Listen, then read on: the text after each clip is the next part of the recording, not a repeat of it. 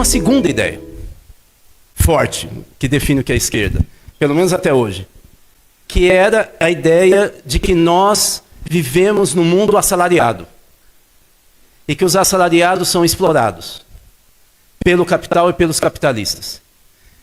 Essa ideia hoje, na prática, está em choque. Não é que a ideia está errada, mas o jeito da gente sentir. Eu vou explicar por quê. Eu era estudante da PUC de São Paulo, eu me formei aqui, e eu fazia porta de fábrica, acordava 4h30, eu era de uma organização de esquerda, eu acordava 4h30 da manhã e fazia porta de fábrica na mudança de turno. Distribuía jornal, panfleto da oposição metalúrgica de São Paulo. O que a gente via?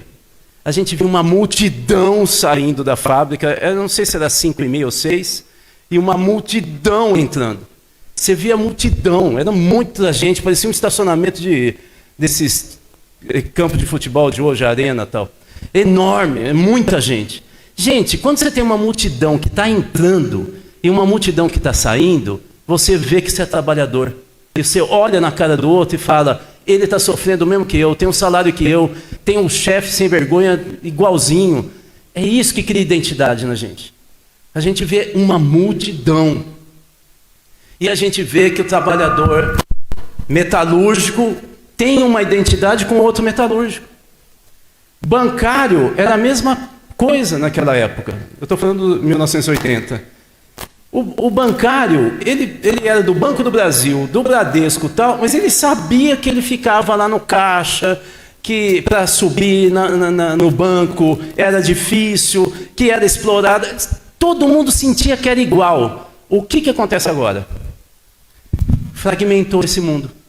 Você tem cara que está andando de Uber, você tem cara que está em aplicativo, você tem cara que está em casa fazendo trabalho remoto. Depois, se vocês quiserem, eu posso até citar os dados aqui, mas são milhões de brasileiros. Você tem cara que continua no banco, eu não sei, aqui tem muito jovem, ainda bem, mas eu vou falar, vocês vão ter que acreditar. Você sabe que gerente de banco, lá para os anos 80, o cara era quase autoridade na cidade. Eu sou do interior, eu nasci em Tupã, perto de Marília. Aliás, região hiper-bolsonarista. Fui ameaçado de morte, só porque eu nasci lá. 15 ameaças de morte eu tive durante as eleições de 22. Eu fiquei muito contente com isso, porque vários eram pelo Facebook. Eu pegava e escrevia lá para os meus conterrâneos. Falei, pelo amor de Deus, bicho, agora eu vou mandar o meu advogado te processar.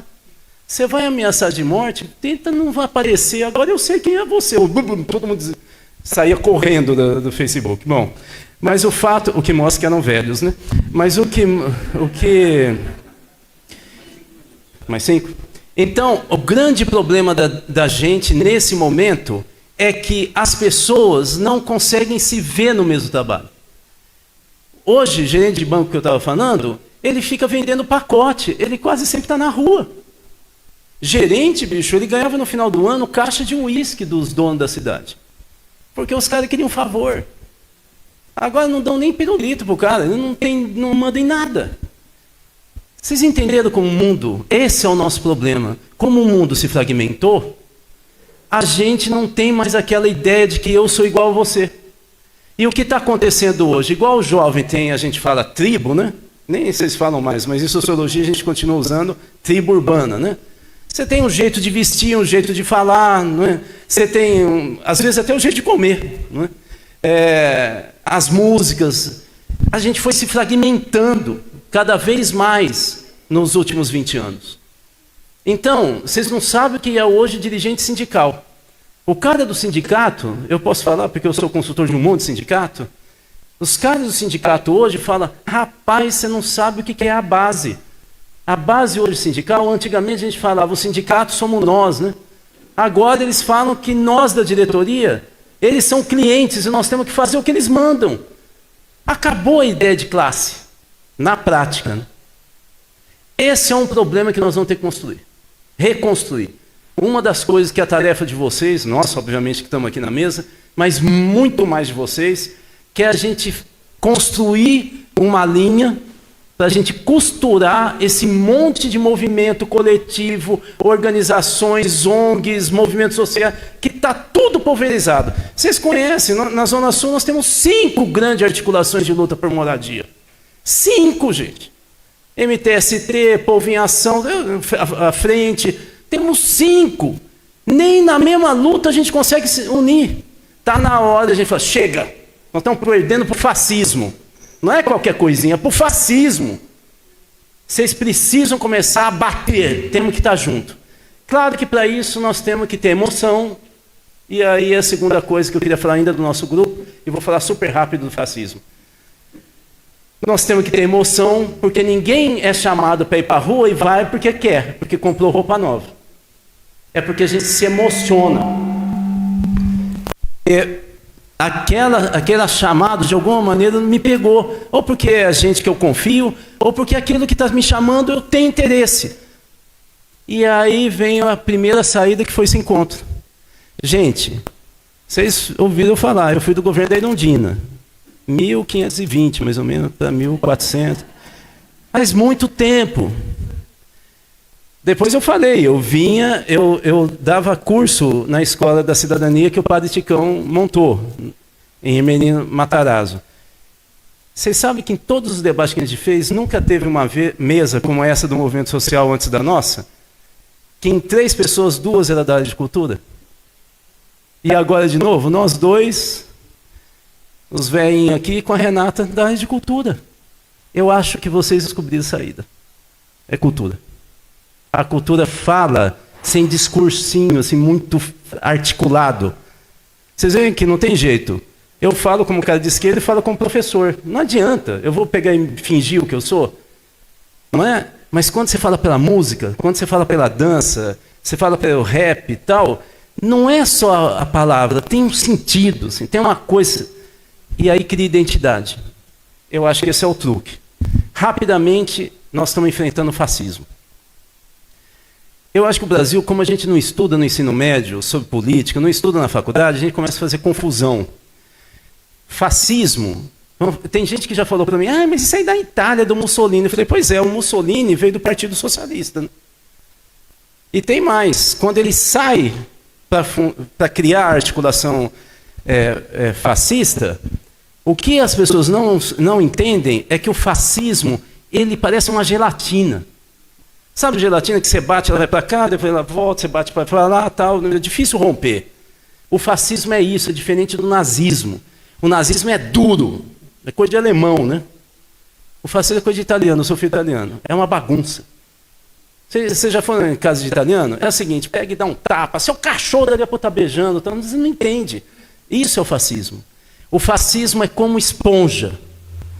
Ele continua da mesma forma, mas você coloca tinta azul, você põe água, ele chupa. Você põe tinta amarela, mas ele fica sempre, ele chupa. Sabe o que o Mussolini fez quando ele foi primeiro-ministro e mandou na Itália? Aliás, ele não pegou pela força, hein? O rei da época da Itália convidou para ele ser primeiro-ministro. A mesma coisa com Hitler, eles não entraram no poder pela força. O que o Mussolini fez? No governo, ele deu o Vaticano. Você sabe que não teria Vaticano para a Igreja Católica se não tivesse fascismo? Ele criou o Vaticano. E ele deu 3 palácios para o Vaticano. Então a gente precisa entender o que é o fascismo. Ele enrola, ele usa a igreja, ele vai chupando as ideias. É disso que eu quero terminar falando. O fascismo bolsonarista, ele chupa a alma de quem se acha bagrinho. O fascismo brasileiro trabalha com bagrinho. O que é bagrinho? Eu não estou falando que é pobre, nós somos. Estou falando de trabalhador, nós somos. Eu estou falando do cara que é pobre, trabalhador, mas se acha o último do último. É um cara que se acha marginal, que está ressentido.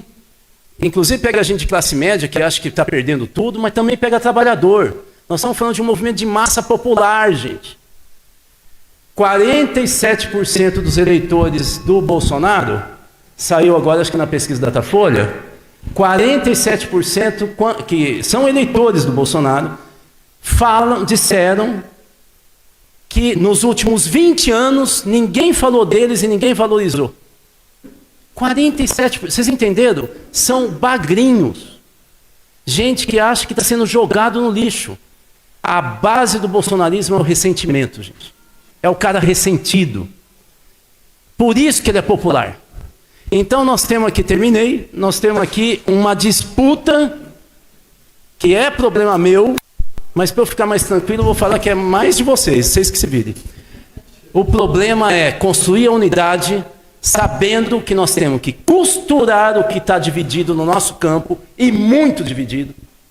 E em segundo lugar, nós temos que lembrar que do lado de lá tem uma força fascista que chupa tudo daqueles que se sentem pequenos e que eles querem mudar.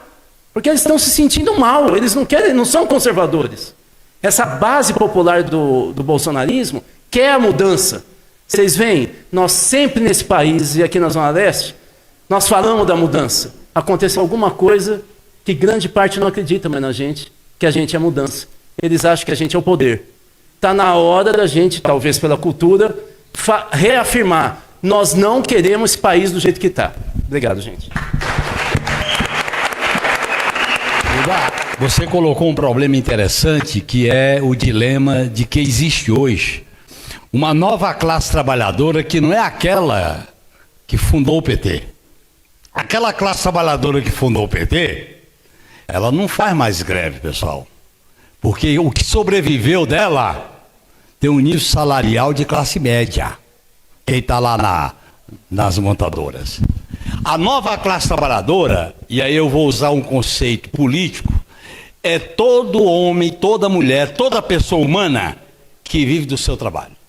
Não explora o trabalho de outro. Isso vale para os aplicativos, vale para os informais, vale para as costureiras, vale para as oficinas, vale para a agricultura familiar. Há um exército de homens e mulheres que são explorados, mas não exploram o trabalho de outro.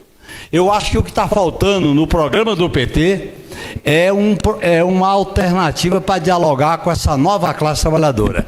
Não é por acaso que na pesquisa que vocês viram agora, quem ganha de 2 a 5 salário mínimo não é simpático ao Lula. Quem está abaixo de 2 salários mínimos porque é o pessoal que é atendido pelo Bolsa Família e pelo salário mínimo. Então, nós temos que ter uma plataforma para dialogar com essa nova classe trabalhadora. Essa plataforma envolve segurança pública, cultura, lazer, envolve saúde pública, educação, envolve transporte, envolve moradia. Nós temos que ter essa plataforma de defesa dos direitos. A segunda então eu tive uma época da minha vida que eu levei muita porrada e um dia eu estava muito deprimido. E eu fui conversar com o Antônio Cândido. Aí ele disse, levanta a cabeça, Genuíno. Eu disse, por quê, professor? Ele disse, porque vocês fizeram uma revolução no Brasil. Ele sabia todos os números. Vocês botaram 65 milhões de brasileiros no orçamento. Ele tinha os números, Bolsa Família, ciência para todos, aposentados, salário mínimo. Então vocês fizeram uma revolução. Só que vocês esqueceram 2 coisas. Primeiro, vocês ganharam a barriga e não ganharam a cabeça.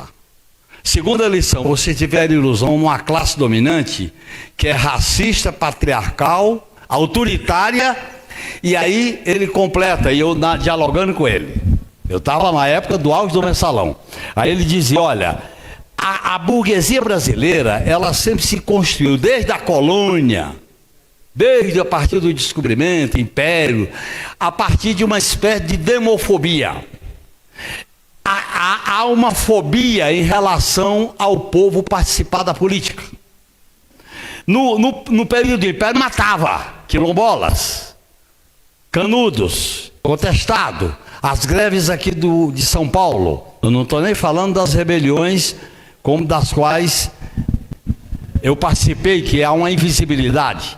Então, olhem bem, esse processo é muito grave, porque toda vez, pessoal, que o povo levanta a cabeça, vem a porrada. Getúlio desafiou o imperialismo com a Petrobras e com o salário mínimo. Teve que se suicidar porque ele não confiava na mobilização popular.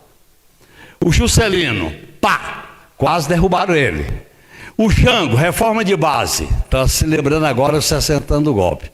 O maior programa de reformas sociais que o Brasil teve foi derrubado em 64.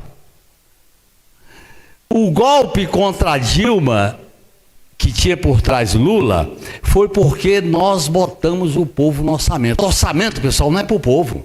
Orçamento é para capital, é para lucro, é para dívida, é para o capital lucrar. Quando você bota o povo no orçamento, o capitalismo aceita isso. Eu estou colocando isso, pessoal, para dizer o seguinte: nós estamos numa encruzilhada que eu falei aqui, que é essa tirania fiscal que ganha a cabeça das pessoas. As pessoas dizem, não, você só pode gastar o que arrecada. Isso é uma visão errada. Nós temos que ir além da tirania fiscal para contestar a ideia de que a vida humana está subordinada a um ajuste fiscal para salvar dívidas, bancos e privatizações. Estou colocando isso para dizer o seguinte, aí eu vou entrar no outro ponto. Por que a política é criminalizada, pessoal? Ela foi criminalizada quando houve um sucesso da política no Brasil. Qual foi o sucesso? A transição, mesmo pactuada por cima, foi um sucesso. Campanha da direta. Depois veio o sucesso da Constituinte. Mesmo com dificuldade, ficou meio a meio. Depois veio o sucesso da queda do Collor. Depois veio o sucesso, depois de 3 eleições, o Lula se elege na 4ª. Aí os caras chegaram à seguinte conclusão: esse regime liberal está produzindo, essa política está produzindo um modo de governar o país. Temos que romper. E aí eles fizeram uma ruptura e deram um golpe em 2016. Por quê? Porque a ideia de que a política tem que ser feita por quem? Pelo Banco Central, independente, pelas agências de transporte, petróleo, etc. Terceiro, pelos grandes investidores que formam opinião através da televisão e do rádio. Vocês ligam a televisão, eu não vou citar o nome para não projetá-la. Aí tem os articulistas que dizem o humor do mercado. O que é o humor do mercado, pessoal? É o humor de quem domina e lucra com o mercado. É uma ideologia para dissecar a política. Eles dissecam a política porque a política que brota do povo, das mobilizações, de greve, de enfrentamento, não pode. E eu acho que nós não podemos mais usar a ideia de governar para o povo. Um governo de esquerda tem que ser um governo do povo, com o povo, para dialogar. Inclusive, eu sempre defendi que o nosso governo Lula criasse uma espécie de concertação popular com os movimentos. Faz assembleia, faz plenária, faz abaixo-assinado, deixa que a sem-flor desabroche. E ele vai dialogar. Porque se ele não fizer isso, ele fica na mão do Lira ou do Pachecão. Aqui em São Paulo, eu acho que nós podemos discutir, nós estamos discutindo uma campanha, nós temos que eleger o Boulos. É fundamental eleger o Boulos. Talvez essa eleição em São Paulo, pessoal, e aí me permita gastar um pouco. A eleição em São Paulo da Heloísa Eudina foi estratégica para o Lula ir para o segundo turno em 89. E aquela eleição ali não tinha segundo turno. A eleição da Marta em 2000 foi estratégica para o Lula ir para o poder em 2002. A eleição aqui em São Paulo, ela define os rumos gerais para o país, pode ter certeza disso. Se a aliança da extrema-direita ganhar a eleição em São Paulo, passa a ser uma derrota estratégica para nós. Sem causar pavor, ganhar a eleição com Boulos é estratégico para um projeto democrático e popular. E nós temos que pactuar com Boulos. Você sabe que quem exerce o poder tem que ser pactuado. Não existe só boa intenção. Tem que dizer, Boulos, como é que nós vamos governar as administrações? Como é que nós vamos governar a área da saúde? Como é que nós vamos viabilizar a participação popular? Isso tem que ser pactuado. Porque senão, pessoal, a gente não inova. A gente ganha a eleição, fica 4 anos, depois os caras vêm e derrubam. Como aconteceu com a Marta. A Marta fez corredor de ônibus, bilhete único, os pontos de cultura na periferia, céu, e aí veio Serra e ganhou a eleição por pouco. Então, olhem bem, esse problema que está colocado aqui em São Paulo é chave para nós. Eu acho que o projeto político, hoje nós dependemos de duas coisas para esse projeto do Lula.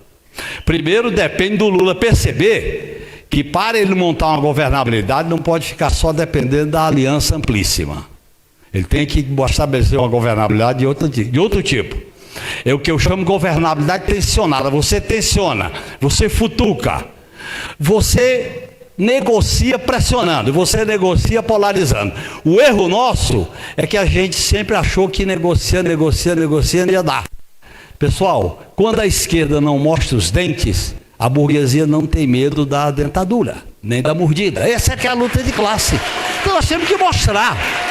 E aí, para terminar, pessoal, eu acho que a grande questão que nós temos que colocar para vocês aqui, que são pode ter gente do PT, gente do PSOL, gente que não é de partido, é o seguinte: vamos construir sujeito coletivo na forma de plenárias, de coletivos, de assembleias, para fazer uma política de outra maneira.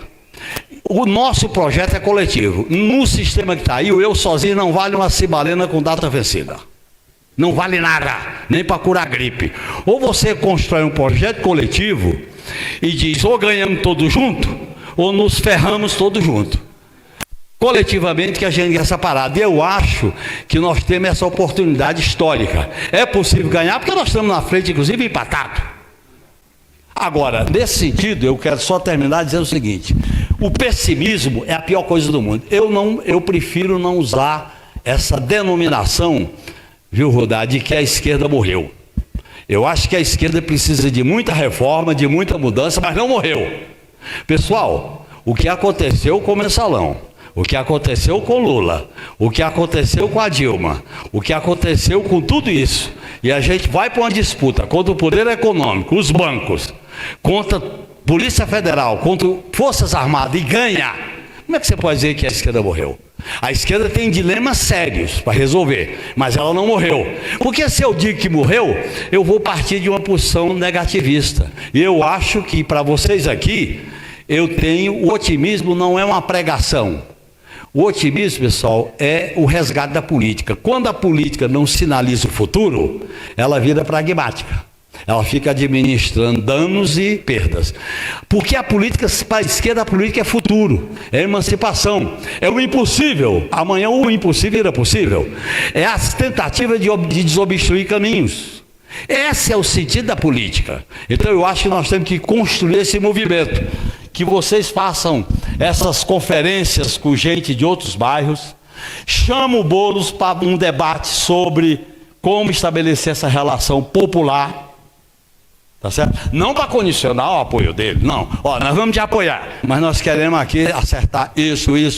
É coisa de gente grande, porque nós temos uma experiência acumulada. Nesse sentido, pessoal, eu sou um otimista renitente. Quando eu fui condenado na ditadura, o juiz disse que eu era um subversivo renitente. Eu sou um otimista renitente, que eu acho que nós podemos ter uma grande vitória estratégica em São Paulo. E eu acho que nós temos que dizer para o Lula: olha, pessoal, eu respeito o Lula, eu conversei já muitas vezes com ele. Eu acho que o Lula ele tem às vezes uma ambiguidade, ele tem às vezes caminha no fio da navalha. Essa declaração dele sobre 64 eu acho que é um equívoco.